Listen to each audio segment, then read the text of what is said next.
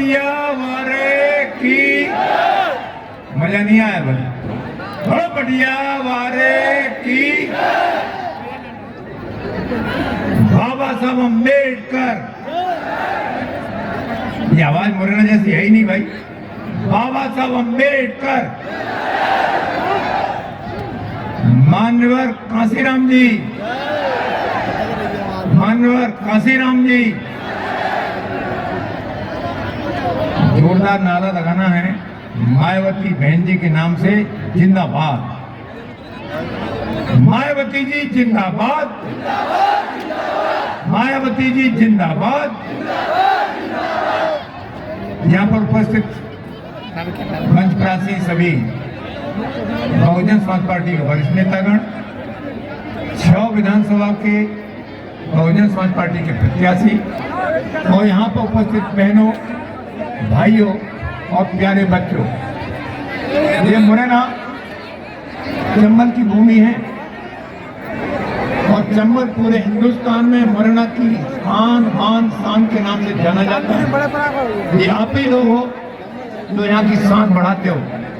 मित्रों, आपको मालूम है कि मैं आईजी की नौकरी छोड़ के आया।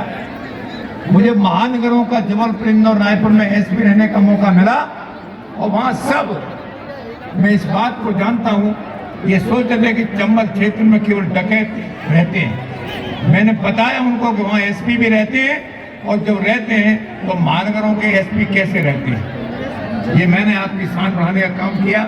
2003 में आईजी की नौकरी छोड़ के मैं आपकी सेवा के लिए आया।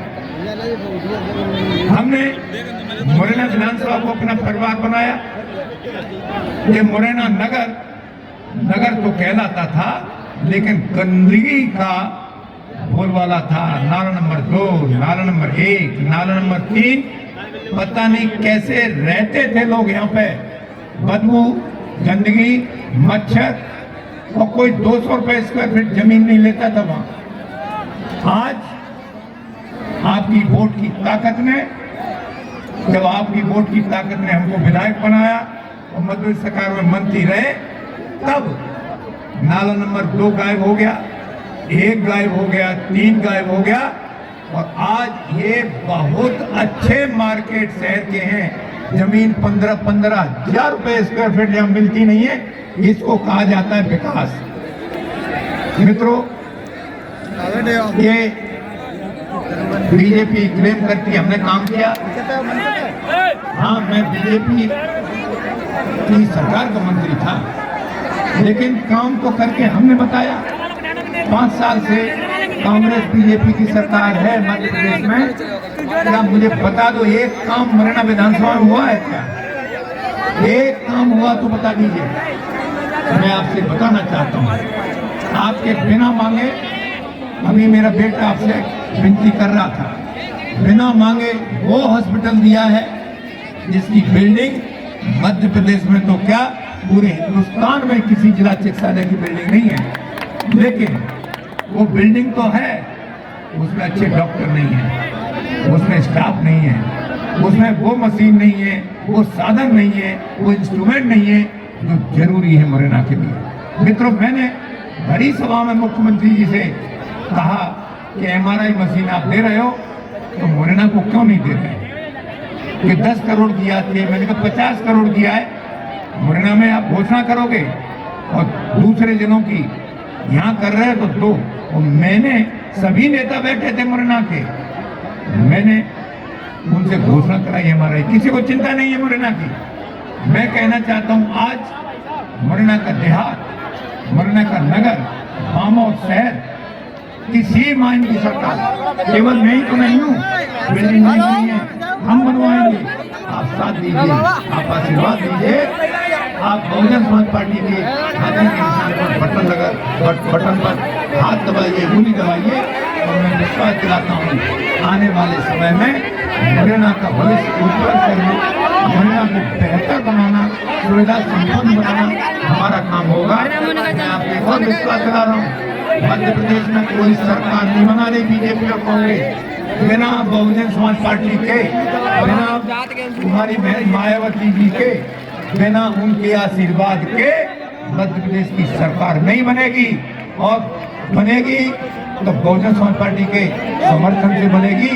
और बहन जी ने तय कर लिया है, हम बाहर से समर्थन नहीं लेंगे, हम सरकार में हिस्सेदारी लेंगे, हम सरकार में मंत्री बनेंगे।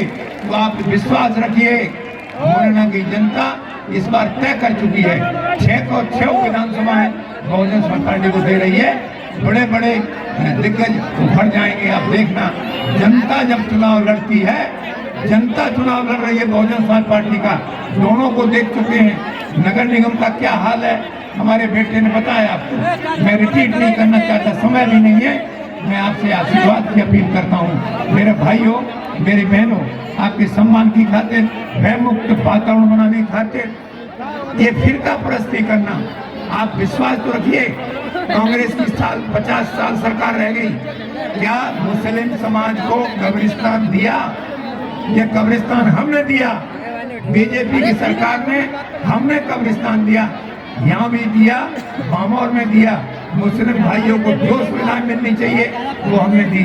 मैं हमेशा कहता हूँ, राजनीति दूसरे नंबर पे, इंसानियत नंबर 1 पे। मेरी सबसे ऊपर मैं इंसानियत करता हूँ, हर वर्ग का साथ लेता हूँ, हर वर्ग का काम करता हूँ।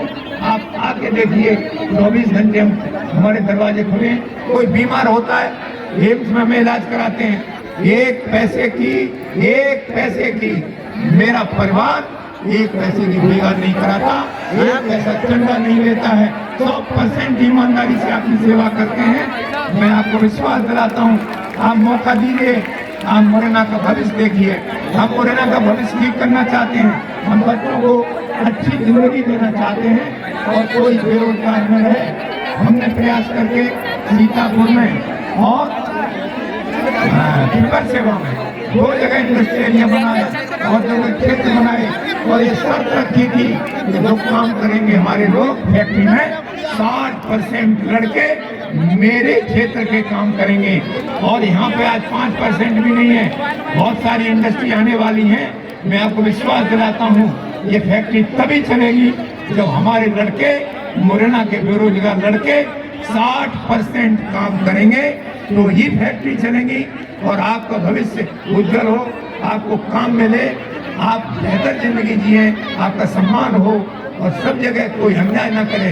बेईमानी का ऐसा आलम है कि मैं आपको कह नहीं सकता, कोई काम करने नहीं चाहता। बेईमानी इन पे अंकुश लगाएंगे।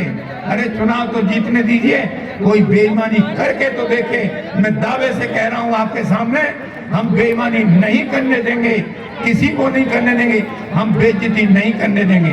पुलिस वाले चार्जिस को बंद कर रहे हैं, चार्जिस की गाड़ी बंद कर रहे हैं। अरे बीजेपी की सरकार का मतलब ये थोड़ी है, ये गलत हो रहा है। मैं बता रहा हूँ आपको, 17 तारीख को आपको डरने की जरूरत नहीं है। मेरे भाइयों, चाहे वो किसी वर्ग के हों, चाहे किसी बिरादरी के हों, चाहे किसी धर्म के हों, रुस्तम सिंह आपकी गारंटी लेता है, आपकी तरफ आंख उठा के देखेगा तो उसके खिलाफ बिल्कुल लीगल कार्रवाई करके उसको बता दिया जाएगा कि इसको कमजोर मत समझो, हमारे जाट भाइयों को कमजोर मत समझो, हमारे मुस्लिम भाइयों को कमजोर मत समझो।